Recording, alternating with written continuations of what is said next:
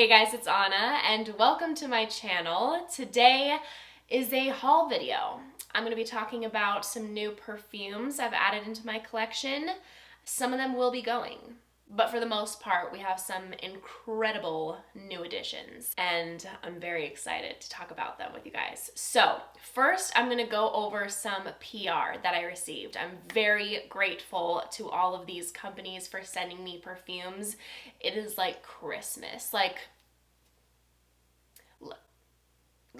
when it comes to gifts, like, just get me perfume, you know? I will always want perfume. It's my favorite thing in the world to receive, so thank you so much. The first one I received is a brand new release from Juliette Has a Gun, and this is Magnolia Bliss. And Twisted Lily, who I'm an affiliate with, kindly sent this bottle over.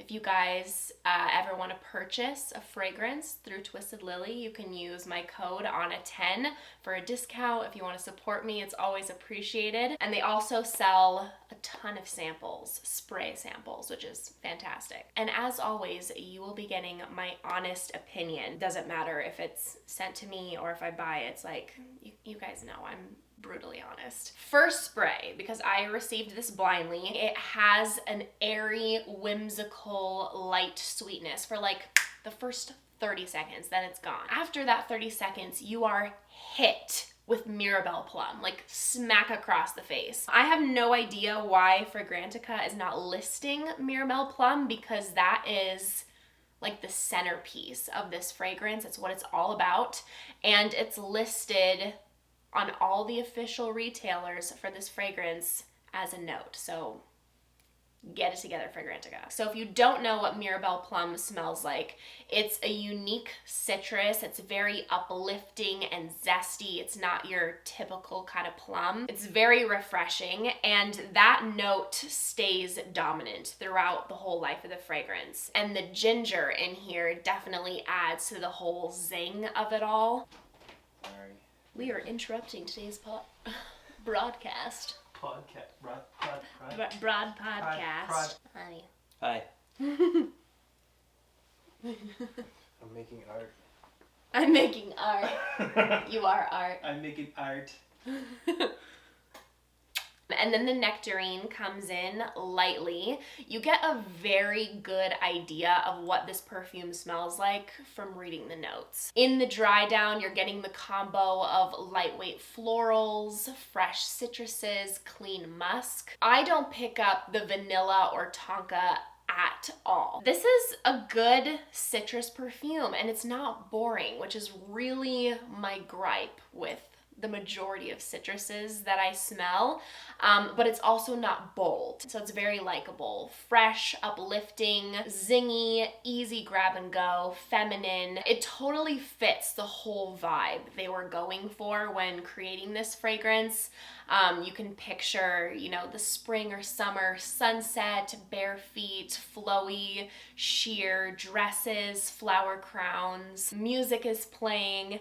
If you like Chloe Nomad, you will most likely like this. I adore the bottle. It's like a bohemian sunset, and I love the little flowers on the sides as well. The drawback with this is that unfortunately the performance is not great. I used 30 sprays one day and had great sillage for an hour, and then at the 3-hour mark, like, I could not smell it at all unless I directly put my nose up to my skin. So overall, I would rate this an 8 out of 10.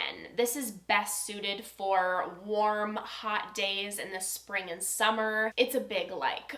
However, I do prefer Chloe Nomad and Chloe Nomad Absolute. They give off the same vibe. Like, you'd be wearing them for the same occasion, and the overall scent category is very similar. Honestly though, if I had never smelled the Nomad range, then I think I would love this because it would be a unique addition to my collection. I honestly think it's a really good fragrance. It's just the performance could be better, and I do prefer something that's already in my collection that wows me a bit more. Next one, I'm also an affiliate with this brand. They saw my video on Commodity and asked if I wanted to join their program, and I'm like, heck yes, because I had such success with their fragrances. Like, I was blown away by half of the discovery set. I never have that much luck. So you can also use the code ONA10 if you ever want to pick up a Commodity fragrance. And they asked me which fragrance I would like to receive. Commodity Gold. Gold is my favorite from the brand, by far, that I've tried thus far. Okay.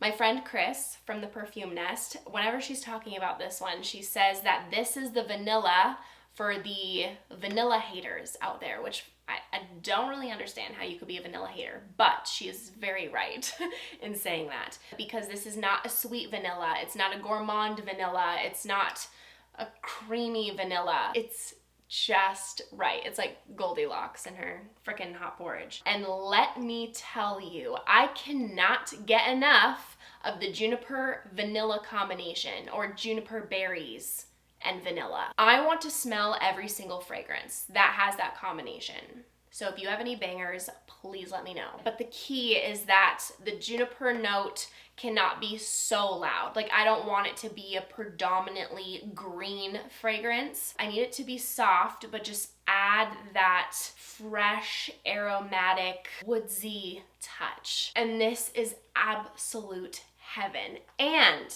my other friend, Grace, A Room with Perfume on Instagram, even though Instagram is the worst, it keeps deactivating her freaking account. She has said that if you love Byredo's Gypsy Water, you'll love Commodity Gold, and vice versa. Abso-freaking-lutely do they vibe, and I have both, okay? I'm not gonna talk about Gypsy Water in this video because, sneak peek, I'm gonna be talking about it in a future spring video, and I have a lot to go over today, but I cannot get enough of this scent profile, and neither can my boyfriend. He has been stealing this and Gypsy Water from my collection on repeat, and he smells damn good. When I wear these fragrances, I feel like my best self. I feel so freaking good. These are quickly becoming like just my top freaking fragrances. People often describe Gold to be a vanilla fragrance and then they go into the other notes, but for me, this is mainly woody with obviously the light powdery vanilla touch. This smells like sandalwood sawdust to me. And then you have the juniper that's very light, it's just in the background, a clean, fresh musk, and then you have benzoin and amber, which often, I mean, I freaking love these notes, but these notes often will make a fragrance warmer, deeper, but it doesn't give me that vibe in Gold. It's there to ground it, but it's like the softest amber benzoin. It comes off more transparent than it usually does. Like, usually it's thicker, warmer, more dense. And although this gets voted, I think, more as like a fall fragrance, I could see this being a signature scent, wearing this year round, except for in the high heat. But it really is so versatile and pleasant. Also, I freaking love this packaging. This minimalistic blacked out packaging, and then you have this soft touch matte. It's gorgeous. Next up, I was sent, this is epic, these giant discovery sets from Navitus Parfums. Okay, I need to show you this. I have never seen a brand go all out with a discovery set like this before. Like, these are weighted. So we take off the sleeve, and this is like a soft matte touch. It even has a magnetic closure.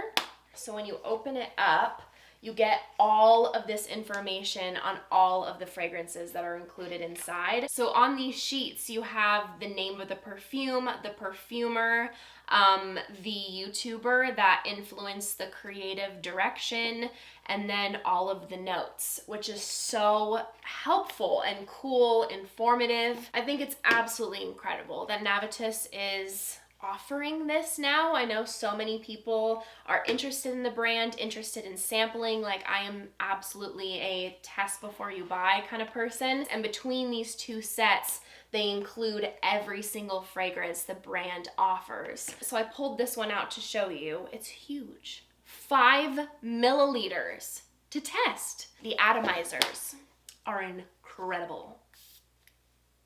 Are you freaking kidding me? That is perfume bottle energy. That is a quality atomizer right there. If you want to know my recommendations, my top pick recommendations on Lauren approved, they would be Soir exclusive, which I've talked about many times on my channel. So you can, if you're curious on a review, you can just type in Anna Lauren Soir exclusive. And through this discovery set, I discovered Reve Nuit, which is my favorite now of the brand. Now that I have tried the whole brand, I was blown away by Reve Nuit. You guys, there is not enough talk. There is not enough hype over Reve Nuit. And I need a bottle. And I wore this on date night, and my boyfriend was like, man, I wish I wore that fragrance today because you smell better than me. And I feel like this scent is geared towards men. It's not marketed towards men. I mean, they market their fragrances as unisex, but I only hear men talking about it. You have to get on this. It is so freaking sexy. Okay, you guys, this scent fills a room, absolutely takes over a space. You do not need a lot of this fragrance. It is a powerhouse. It projects, and the scent bubble around you is just like, holy cow, you smell incredible. To be honest, looking at the notes, I feel like it doesn't give you the best picture of what this fragrance smells like. The custard note, I was a little hesitant of. I don't like custard. It's a texture thing, and with my fragrances, I don't usually like to smell like foodie gourmand. And there's a lot of aromatic woody notes in this fragrance, so I never thought it was gonna be a gourmand, but I just didn't know how that note was gonna play. Don't think custard, because this has zero foodie element to it, and I wouldn't even describe it as creamy or lactonic. And then you also see notes like lemon, bergamot, neroli. This is not a citrus fragrance. Yes, it has a freshness to it, but that's not what this fragrance is about.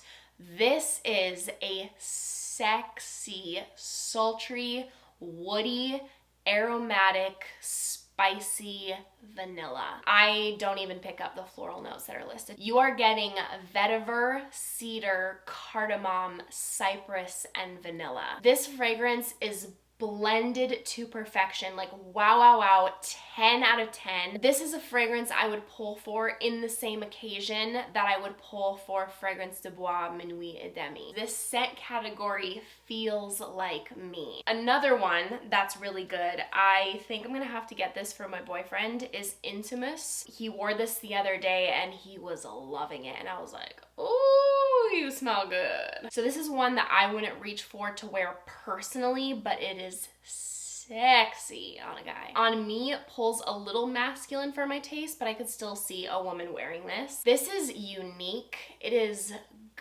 it's just enticing when a man wears something that has like a sweet undertone. This has a prominent spun sugar note that's just addicting, and then a crisp, juicy green apple. You get vanilla, amber, a little bit of patchouli, and then the woody notes really came out on Eric's skin. Like, it made it, when he wore this, it pulled even more masculine, and the woodiness like really amped up and became a prominent note. And those are my top picks from Navitus. So Soir exclusive and Reve Nuit.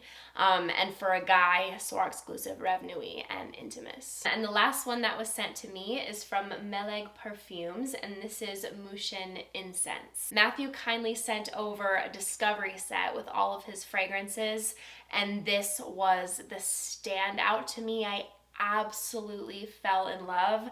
I don't know if I've mentioned it before on this channel. I've been on the hunt for a true incense fragrance. My boyfriend burns incense all the time in the house, in his studio, and it is the most addicting, amazing, soothing, zen scent. I just adore the note of incense. It's alluring, a bit mysterious, lightly smoky, the perfect amount of sweetness. It's just intoxicating to me. You guys, he hit the nail on the head. This is everything I've wanted in an incense fragrance. This smells so close to what Eric burns, but with an apricot twist. And I love that he added apricot in here. Matthew Meleg does apricot like no other. When he puts that in a fragrance, I'm like, oh, apricot and osmanthus, which osmanthus comes off apricot-y. He puts so much passion into making his fragrances. They're all handmade, composed of 90% natural ingredients. This was inspired by Kyoto, Japan, his favorite city in the world, and they have so many temples in this ancient capital city, and they all smell of this incense. And this is hands down the best incense fragrance I've ever put my nose on. This is a masterpiece. If you love incense, you have to try this. This was love at first sniff for me. Same thing with my boyfriend when I showed it to him. We will absolutely be sharing this. Performance is incredible. Like you need 2 sprays and you will be smelling this all freaking day. It just wraps you up in this cocooning, gorgeous, warm, addicting scent bubble. It absolutely transports me. It's calming. The apricot is done to perfection. It smells so realistic and yummy. The apricot, osmanthus, and cinnamon adds this gourmand quality to it. It's not a gourmand perfume. It just adds a gourmand element, which is my favorite way to do gourmand. So it's half giving me Japanese temple, half warm apricot cinnamon dessert. And then along with that incense, you're getting hinoki wood, sandalwood, and oud. But it's a beautiful oud, nothing animalic, perfectly unisex. Please try it. The search for salty vanillas continues. I blind bought a bottle of Teo Cabanel Ca Boum. I just found it at a really good price, and I couldn't find an individual sample anywhere. I'm definitely gonna end up buying like the whole discovery set at some point. I would rate this a 7 out of 10. I think it's nice, but it's not doing it for me. Unfortunately, the Lily Salt Vanilla Immortelle combo makes me feel sick. I can see people liking this for sure. It just doesn't work for me personally. I unfortunately just can't do this note combination. It's just something that makes my stomach turn. Can you believe I finally got it? I feel like I did that Xerjoff house review video like a million years ago. So it feels like this has been on my wish list for a very long time, but I finally have Xerjoff's La Capitale. As I mentioned in that video, I went through quite a journey with that scent. I went through several decants trying to make up my mind whether I wanted it or not. I was so intrigued by it. Such a unique scent. I was trying to make up my mind, like, do I need this? Do I want this? Can I see myself wearing this? And then ultimately I'm like, yes, I'm putting it on the wish list. Now that I have the bottle, I really like it. It's not a full-blown love for me because it's just a scent that's so unique and interesting, and it's just an experience to wear La Capitale. So I'm still getting use out of it. I'm still wearing it, but the days that I have worn this, I've been complimented. It's so hard to describe this. You really have to get your nose on it. This is not something you should blind buy. It's not something you can just envision from a reviewer, I think. Like, you really just need to sample it. The notes give you a really good idea of what this fragrance smells like. However, before I had smelled this and reading the notes, I was picturing it to be way more gourmand and sweeter than it is. So just keep that in mind. This is not a gourmand at all. You see peach, you see caramel, you see strawberry, but this does not smell edible. You have leather, ginger, saffron, amber. So you have these deeper notes that really ground it and make it a fragrance. The leather is not overbearing, it's not animalic. It has a bit of a spiciness and a zingy quality from the ginger. Like, when I smell this, it's like I can feel it in the back of my tongue. Like, I can't do a tongue pop, okay? The saffron just adds to the uniqueness of it all, gives it that airy bit of sweetness. Definitely pick up the amber. And I don't know about you guys, if you smell this perfume or not. You have peach and strawberry, like I said, listed in here. I feel like I also pick up mango.